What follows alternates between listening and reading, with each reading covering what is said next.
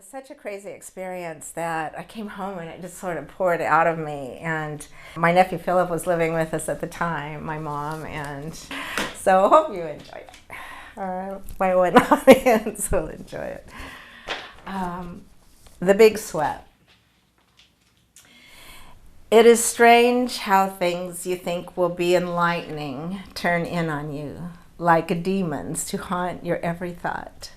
A few years back, a friend of mine I like to be around, mostly because I don't know whether she likes me or not. Well, I like her and would like to be her friend. She's smart and arty and cultured and funny, but when we get together, I think she thinks I'm not as smart or cultured or funny as her. In fact, I feel I'm just a tagger on a piece of flotsam, a wannabe. I don't know. So when she invited me out for an experience that was sure to change my life, I had to go. I mean, she called me. The event? Well, that was to join a group of women, all in the film business. Have I mentioned that she is a producer slash writer slash director to partake in the traditional Indian sweat lodge ceremony? Oh, now I know a little bit about the Native American culture. I mean, I've researched indigenous peoples, read many Indian authors. I'm from Nevada, saw smoke signals twice, and hey, I own the film Pocahontas. My friend said it was a new moon. Oh, I love anything mystical. Sweat lodge, here I come. I worked hard all day, no lunch, not even a bagel. I wanted to leave work early and get to the offerings. The invitation slash flyer stated I needed to bring for the fire bringer incense, for the fire taker 2 candles, food and beverage for 8 people, and for the medicine woman slash spiritual leader, $20 in cash.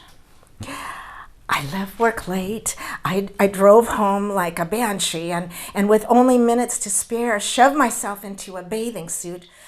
Oh yeah, the fine print said you could wear one bathing suit if you were modest. I put on jeans, sweater, for there was a chill in the air, grabbed my deviled eggs I'd bought, and said a lofty goodbye to my mother, my husband, my nephew, my 2 dogs, and the bird. I was on my way to a vision quest. In my friend's car, the ride to the ceremony was, well, just kind of unceremonious. There were 2 other women in the car, women I had just met, actress types just arrived to LA, actress types submerged in their careers. I tried to make light conversation. Did you hear that Newt Gingrich resigned today? To which my friend turned on the radio. And they all listened to the news and not to me. We parked in the neighborhood without sidewalks or street lamps, somewhere way off Nordhoff Boulevard, North Country, in Northridge, ground zero, to the last big earthquake. I followed my friend unconditionally up the driveway. She announced, "It's a shame you can't see what you're walking on." The spiritual leader slash medicine woman of tonight's event is a sculptress. And inlaid in the stones beneath our feet are tiny carvings of bears and fish and other animals. Oh, I thought I would like to see this. However, as it was a new moon, it was pitch black. I couldn't see anything. So, as we wound our way through the backyard to the studio, I was starting to get hungry. Entering, I saw all kinds of sculptures. sculptures of women, bronze and pewter women with elongated, contorted arms and legs, and bulbous, odd-shaped breasts with matching bulbous protruding stomachs and vaginas. I mean, protruding vaginas. I was stretched into odd shapes. They remind me kind of women, kind of ashtrays. More women arrived, 15 in all. Oh man, I only brought food for 8. Suddenly, a shiver ran up my spine. I turned around, and there she was, the spiritual / medicine woman / sculptress, right behind me. The first thing I noticed, she wasn't Native American at all, not even a little bit. A large, wide-mouthed, blondish-haired white woman in a muumuu dress. This was not the grandmother Willow I was anxiously awaiting. I stared up at her for a long time, and then it came to me. Ursula the Sea Witch. Not from Pocahontas, but from the Little Mermaid. The resemblance was uncanny. Are those yours? Oops, I blurted out, gesturing at the vagina ashtray woman. Oh, why, yes, she answered. Do you like them? Boosh! Away she swelled, pulling me in her wake, the bright flowers on her muumuu a blur as she suctioned down to the head of this low pile of blankets adorned with satin cloth. She called it her altar. Let us begin.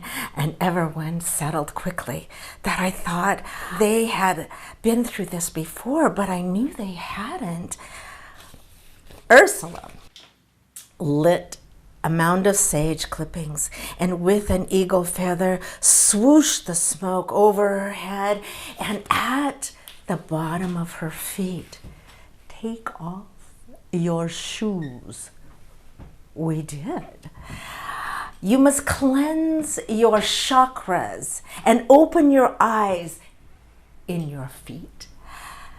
The sage came to me. I swooshed over my head and at the bottom of my feet. My mind screamed for the deviled eggs I had brought, and I'd wished I'd known I'd had eyes in my feet when I was walking over the bears and the fish in the driveway. Maybe I could have seen them. I felt my vision quest sliding away from me, but what would my friend think? I was desperate to maintain when Ursula took out a small bronze statue with breast and a headdress. It fit neatly in the cup of her hand. Her thighs squashed from side to side as she thrust the icon into the air. I, woman, sex goddess, you will start the conversation of yourselves there. Oh, I didn't know to talk about this subject. I did not want to hear what anybody else had to say about this subject either. I had never laid eyes on any of them, but it didn't matter what I wanted. The icon was placed in my lap. The room closed in. The smoke was getting very thick. The ashtray sculptures seemed to grow, their shadows falling over us. Suddenly, the double doors blew open. I fixed on my friend. What was that? Ursula, her big eyes congealed to the back of her head, spewed, "It's the wind." Everyone was staring at me. I had to speak. Hi, I'm Debbie, And I'm very interested in the spiritual element of the sweat lodge. A long tentacle snatched the icon headdress from my grasp. We're not on that subject. And then, with what she said next, my vision burst from my brain like a bottle rocket. A sex goddess does not need a partner for sex. Masturbation is the key.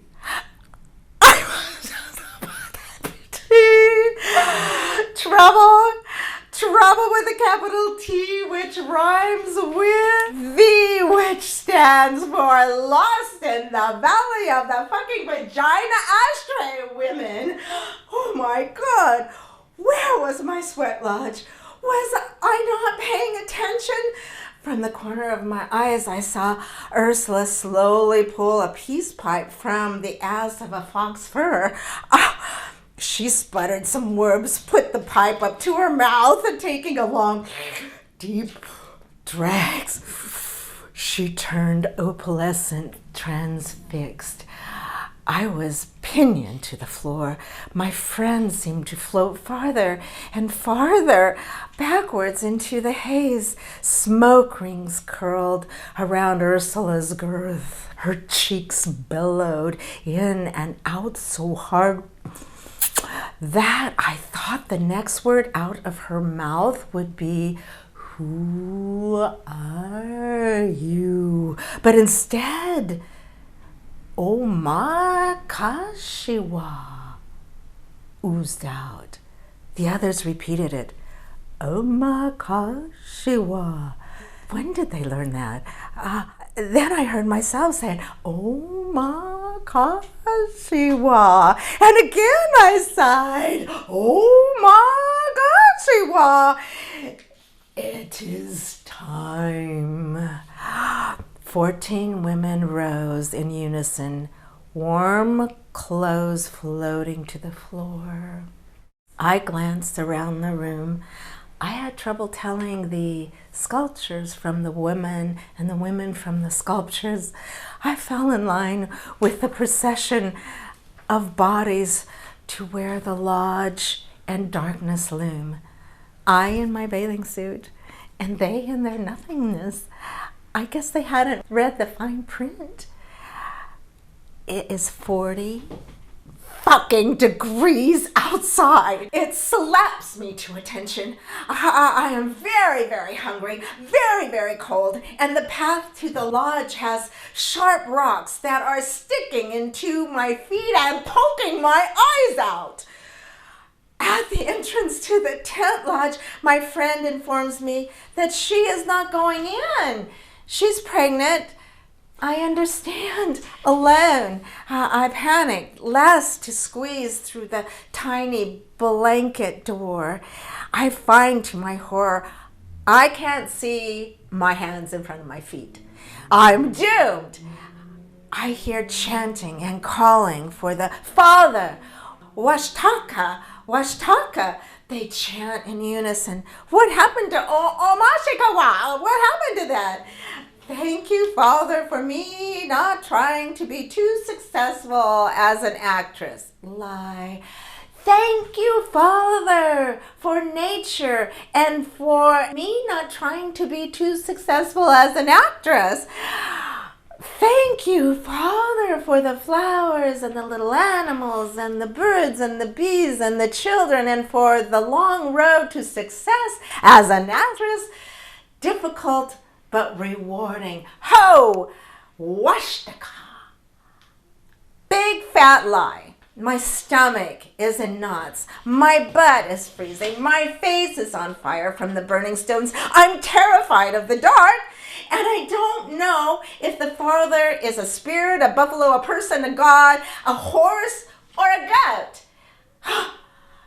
Then two bulbous, glowing eyes peer out at me. Debbie?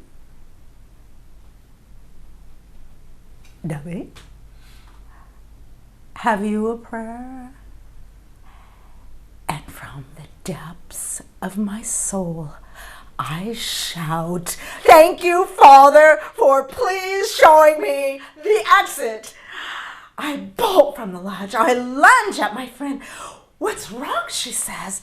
Phone home, is all that comes out of me. "Oh, you should go back in there right now." "What? Never," I say. "This is why you haven't gotten anywhere in your life." "Oh," she says to me. I forgive her this. She must be hungry too. I make my own way back to the house, only to find a cell phone. I can't work the damn thing. I'm frantic. I find my clothes, storm out the gate across the bears and the fish, and run blocks, not looking back. In the moonlight, my hair flaring behind me, I catch sight of my shadow, warrior-like, stretched out in front of me. And in the distance, somewhere off Nordhoff Boulevard, I see it. Oh my gosh, Shewha! Thank heaven for 7-Eleven. Oh. Thank you. I called from 7-Eleven and my husband and my nephew came to rescue me. Remember that night?